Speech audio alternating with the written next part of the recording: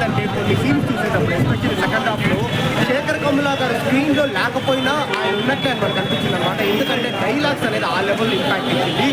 నాకు బాగా నచ్చినది ఏంటంటే ఇప్పుడు ఈ మూవీ వచ్చేసి ప్రిపేర్ మూవీ వచ్చేసి చాలా ఫ్రెష్గా ఉంది.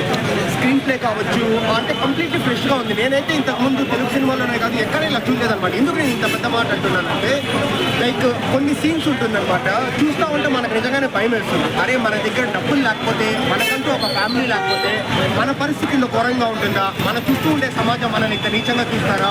సో డబ్బు కావచ్చు, మన చుట్టూ మనం ఒక నలుగురు మనుషులు మనం ఏర్పరచుకోవాలంటారు కదా, అది ఫ్యామిలీ కావచ్చు, ఫ్రెండ్స్ కావచ్చు, మనకు ఖచ్చితంగా ఉండాలని మనకు అనిపిస్తుంది. సో ఒక బిచ్చగాడి లైఫ్ స్టైల్ కావచ్చు, లేకపోతే బిచ్చగాడు పడే బాధలు కావచ్చు, ధనుష్ అయితే చాలా బాగా ఎక్స్ప్రెస్ చేశారనమాట. అండ్ శేఖర్ కమ్లా గారు కూడా చాలా బాగా చూపించినారు. అంటే ఆ మనోవేదన ఎలా ఉంటుందని బాగా చూపించినారు.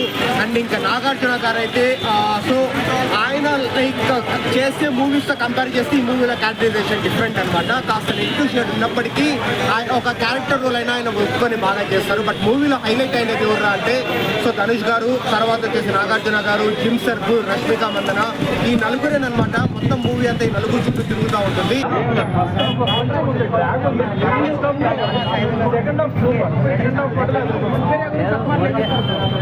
Block buster hit for Dhanush గారు అండ్ నాగార్జున గారు అండ్ మెయిన్గా శేఖర్ కమ్లా గారు రైటింగ్ ఖచ్చితంగా ప్యాన్ ఇండియా రేంజ్ అంటే, ఎందుకంటే ఇది ప్యాన్ ఇండియా రేంజ్ కథ కాబట్టి నిజంగా ఒక పిచ్చగాళ్ళు దాని మీద జరిగే స్కామ్ చాలా రియలిస్టిక్గా చూపించాం. ఎక్కడ మనకు సినిమా చూస్తున్నది కాకుండా ఆ ఎమోషనల్ డ్రైవ్ లో మనం ట్రావెల్ చేస్తాం అనమాట.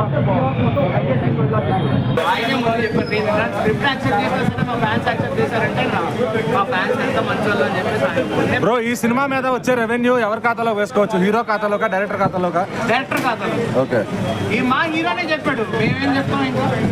Honestly it's Sekhar Kammula's film.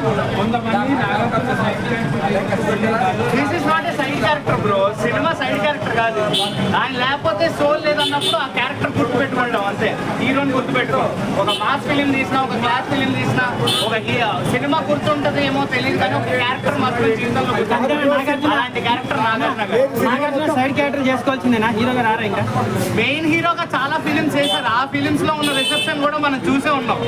ఇప్పుడు వేరే సీనియర్ హీరోస్ కూడా చాలా చాలా సినిమాలు చేస్తారు. అలా అని చెప్పేసి ఒకటే ఫుట్లో ఎవరు వెళ్తారు కదా.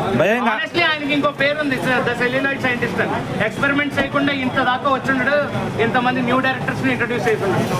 ఆనెస్ట్లీ శేఖర్ కమలా గారు మొన్నే చెప్పారు, నాగార్జున గారు లేకపోతే ఈ సినిమాలో సోల్ లేదు అంతే. ఒకటే point, Kubera the soul of the film is Akkineni Nagarjuna.